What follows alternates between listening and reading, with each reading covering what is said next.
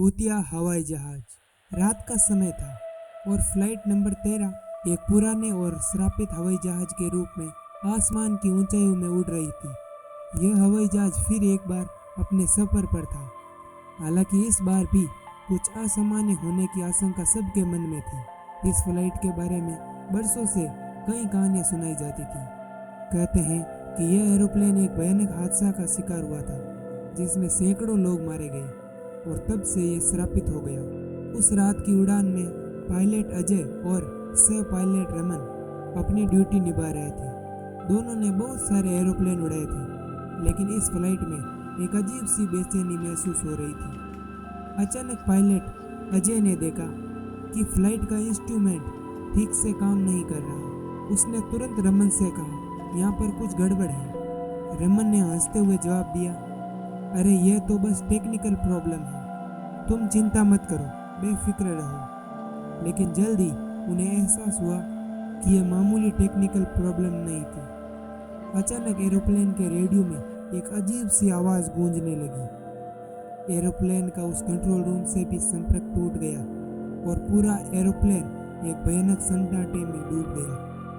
Air hostess, जिसका नाम रीमा था, वो सभी को खाना परोस रही थी। तभी उसने देखा कि एक सीट पर एक आदमी बैठा था। उसका चेहरा ढका हुआ था। रीमा ने सोचा कि शायद वह आदमी सो रहा है, लेकिन जब उसने उसका चेहरा हटाया तो वह आदमी नहीं, एक हड्डियों का ढांचा था। रीमा की चीख पूरे एरोप्लेन में गूंज गई। वह बेहोश होकर गिर पड़ी। सभी यात्री डर से थर-थर कांपने लगे।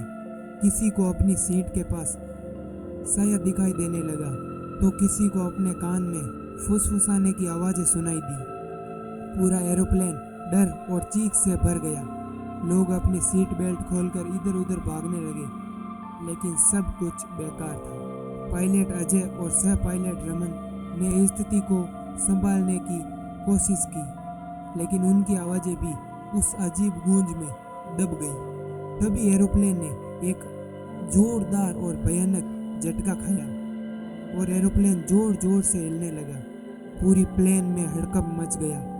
जब यात्रियों ने प्लेन के बाहर देखा तो अंधेरे में कई अदृश्य शक्तियां उनको ही घूर रही थी। यह दृश्य इतना भयानक था कि सभी के रोंगटे खड़े हो गए। हर कोई भयभीत और बेबस था। ऐसा लग रहा था कि जैसे वह आत्माएं उनके साथ ही सफर कर रही है। जो उन्हें अदृश्य शक्ति दिखाई दे रही थी, उनके चेहरे इतने भयानक थे कि कुछ लोगों ने वहीं पर दम तोड़ दिया। एयर होस्टेज रीमा को अचानक होश आया।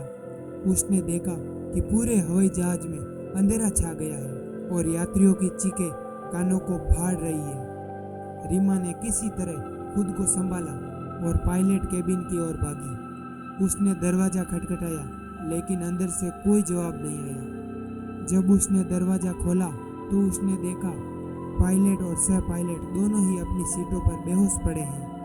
तभी उसे महसूस हुआ कि कोई अदृश्य शक्ति उस विमान को कंट्रोल में कर रही है। एरोप्लेन एक भयानक झटके के साथ नीचे गिरने लगा। यात्रियों की चीखें और तेज हो गई।